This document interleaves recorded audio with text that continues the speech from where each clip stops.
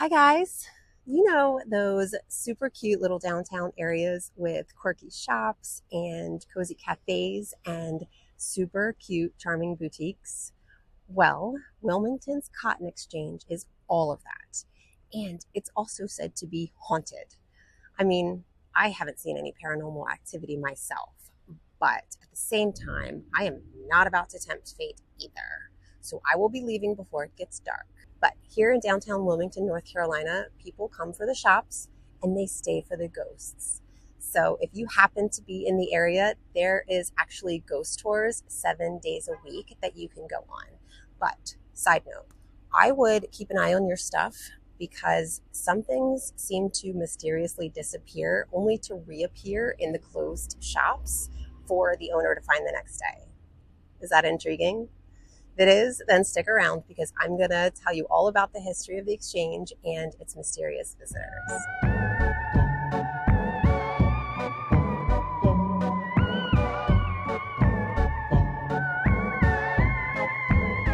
All right, slight confession time. I have never been a history buff, like ever. But if you give me a good ghost story to go along with it, I am all in. Plus, it's spooky season. It's October, so why not? I'm checking out the sights, I'm doing a little shopping, and maybe grabbing an afternoon martini. But at the same time, I'm going to dig a bit deeper into this place that I'm visiting today, the Cotton Exchange. Just going to make a whole day of it. Here's the thing. I lived just outside of DC for the past 2 decades, and I barely scratched the surface of visiting any of the tourist spots or the hot spots there. So I decided that now that I'm traveling the country, I feel like I've been given a second chance to see all the things that every place is offering. My first stop is here in Wilmington, North Carolina, the Cotton Exchange. The Cotton Exchange is still very much an adventure intrigue. It's just now got a bit of a modern twist.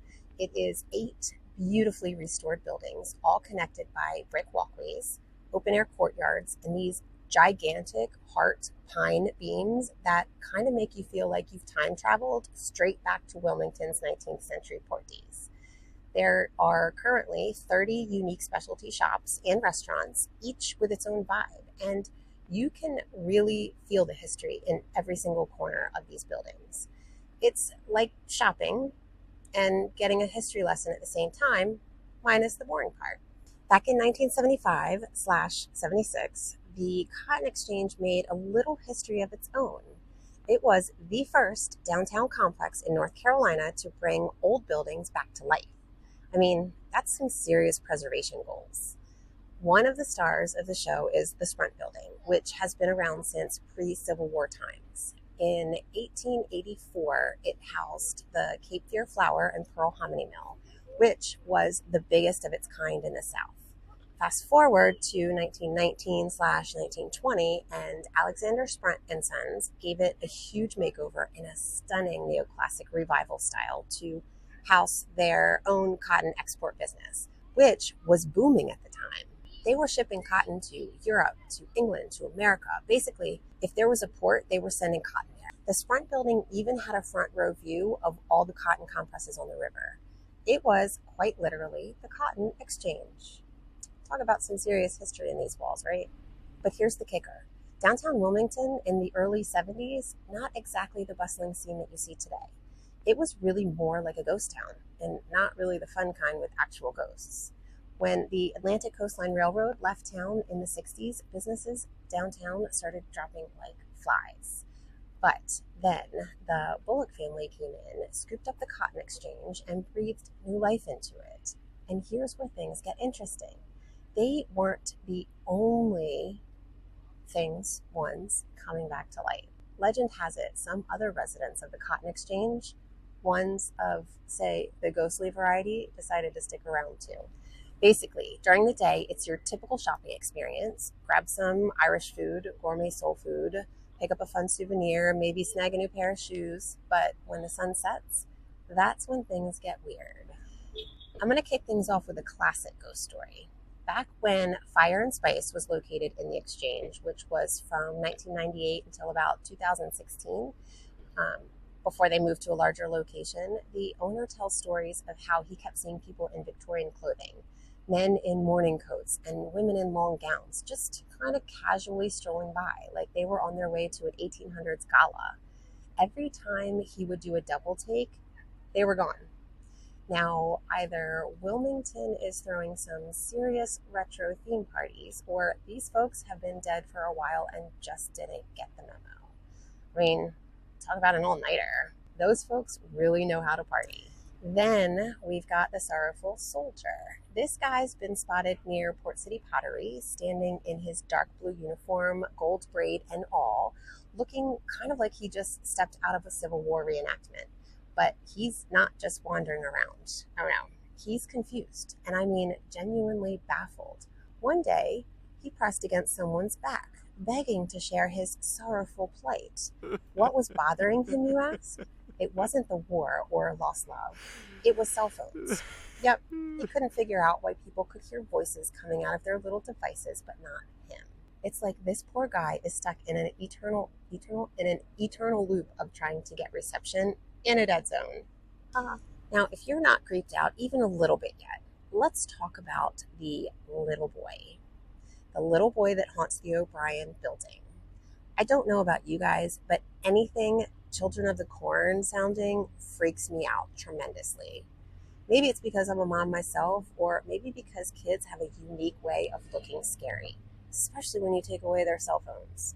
Anyway, people have seen him running around, jumping on a bench that doesn't exist. Like no bench. There's no bench there, but he's still playing like he's at a playground. Only he can see the playground and nobody else can. As long as he keeps playing on his bench and doesn't suddenly walk out of a field of corn, I might be okay with him. But ghosts at the cotton exchange aren't all doom and gloom. Some just want to have fun, like the playful pranksters. They are two young girl spirits that have been causing chaos at the Scoop and Top Toad forever, it seems. They seem harmless enough, but these girls have some serious trickster energy. Again, as long as there's no corn involved, I'm all right with it. But after the shops close, things go missing, toys activate on their own, and there's that unmistakable people. It's kind of like if Casper had a mischievous little sister who liked to totally rearrange your life. And if you thought computers couldn't get any more frustrating, just ask the son of the Golden Gallery's owner. He had an office in the old Christmas shop, and let's just say productivity wasn't exactly ghost approved.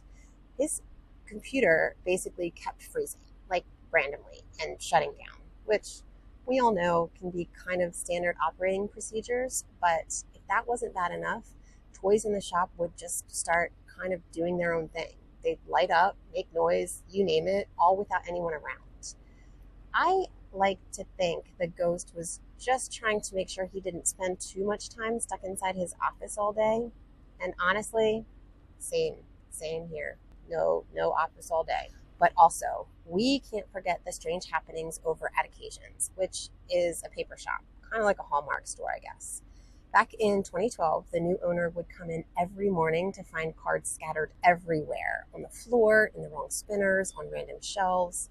Like a ghost decided to throw a greeting card party after hours. I mean, who knew the afterlife involved such a deep passion for paper products? And here's a story that gives me chills. One employee was walking back from Java Dog towards the annex building when she spotted a white rocking chair. Normal, but this chair was rocking all by itself. There was no one around, no wind, no reason, just rocking. And not that gentle grandma rocking on the porch kind of rocking. This was going fast, like speed rocking. I don't know about you guys, but if a chair is rocking like it has somewhere to go and there is no scientific reason why, I'm out. So, whether you are here for the shopping, the dining, or the ghostly shenanigans, the Cotton Exchange has something for everyone, living or otherwise. It's a little slice of history with a side of hauntings. And hey, if you ever find yourself sitting on a bench next to a rocking chair that just won't quit, or having a deep conversation with the confused soldier spirit, I'd say just roll with it. But at the same time, I might be running back to my car like something was chasing me. Totally me, running fast, far. So thanks for hanging out with me today and taking a small haunted tour of Wilmington's Cotton Exchange. Now, I've got to know, would you visit? Have you had any ghostly encounters of your own? Let me know in the comments below because I need to hear these stories. And while you're at it, please don't forget to like, subscribe, and hit that bell so you never miss out on more of our haunted adventures. Because I'm kind of enjoying this and I think I might do more. So until next time, stay curious and maybe leave the rocking chairs alone. See ya.